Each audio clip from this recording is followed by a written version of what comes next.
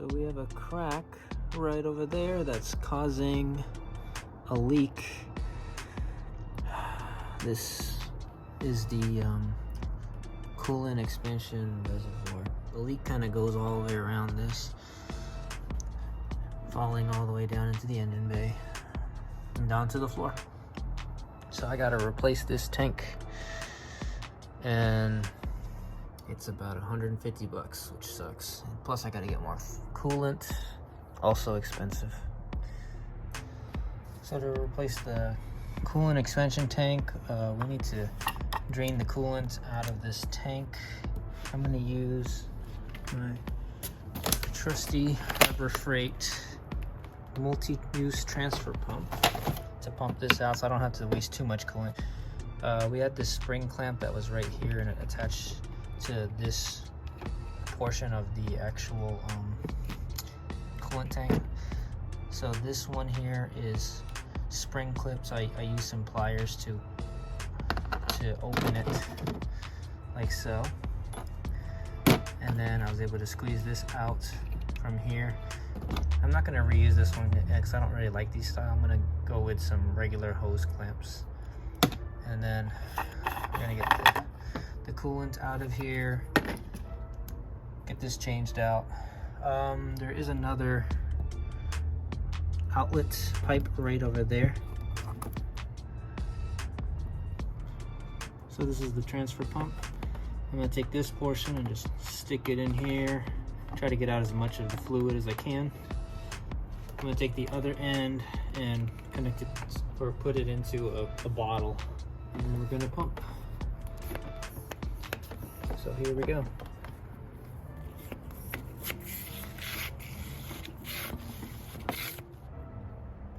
So this is how much I drained out of the coolant tank reservoir. I'm gonna try to reuse as much of this as I can, along with a 50-50 mix of genuine orange antifreeze from Jaguar, and mix that with some distilled water. So next thing we're doing is taking this bolt out. That looks like a 8mm.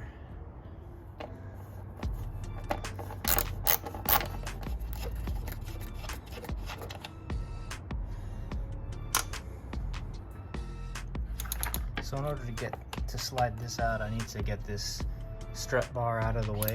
So it's a T50. I'm just loosening this up right now. So it allows me to lift this up a little bit, and then I can push this slightly more forward that way, and then lift up. And now the only thing that's kind of stuck or keeping it in there is the outlet right over there. So that's still on. I got to get that off, and it's basically a bigger version of this spring clamp right here. So I'm gonna have to get some pliers in there and squeeze the tabs to get that out. And then there's also a sensor underneath that I need to unplug as well.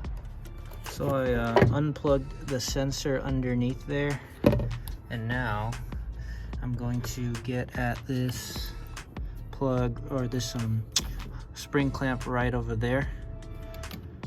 I'm gonna squeeze that with some pliers and then pull straight up to let that come out.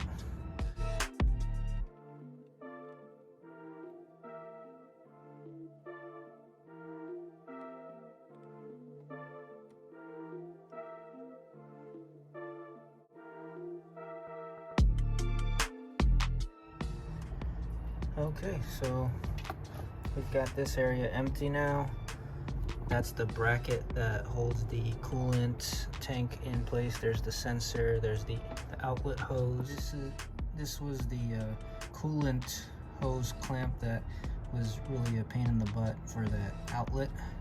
But you squeeze these clamps together and then it makes it expand, then you can pull the hose out. But it takes a lot of wiggling to get it out, and a lot of strength. So I'm gonna replace this with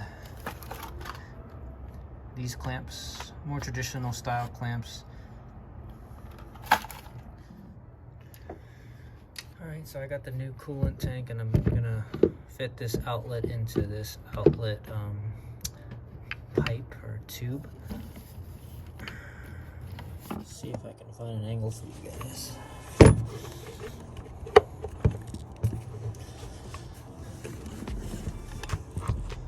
There you go. Got it all the way in.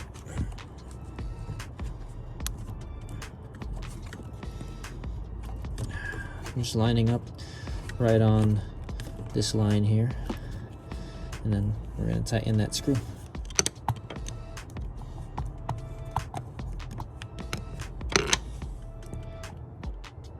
Okay, so I have that tightened now.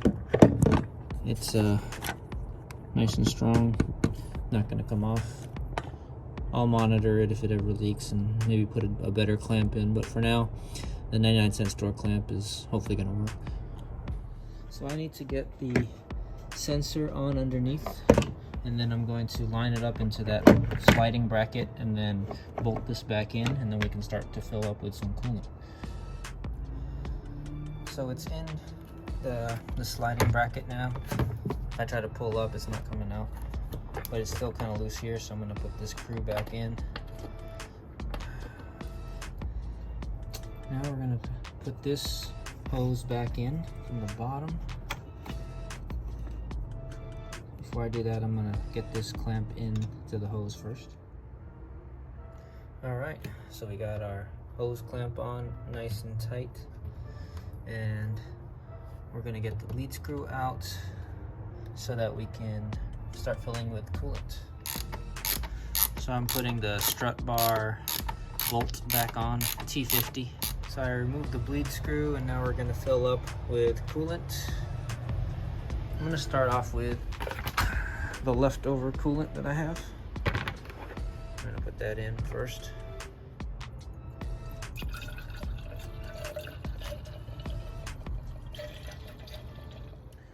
Okay, so I filled it to just about the max fill line. I'm going to put the bleed screw back on, and then we'll get the cap back on. We'll give the car a start to kind of let the coolant go through all the engine, and then check the levels again and see if we need to fill up. Putting everything back together over here, and then take it for a test drive, see what happens next. All right, so I took it for a short drive, let it cool down. I'm gonna open it up again and see if we lost any coolant. So we lost a little bit, so I'm gonna just top up until it's maxed out, and then it should be good to go. Thanks again for watching. This is how you replace this coolant expansion tank on a Jaguar F-Type. Signing out.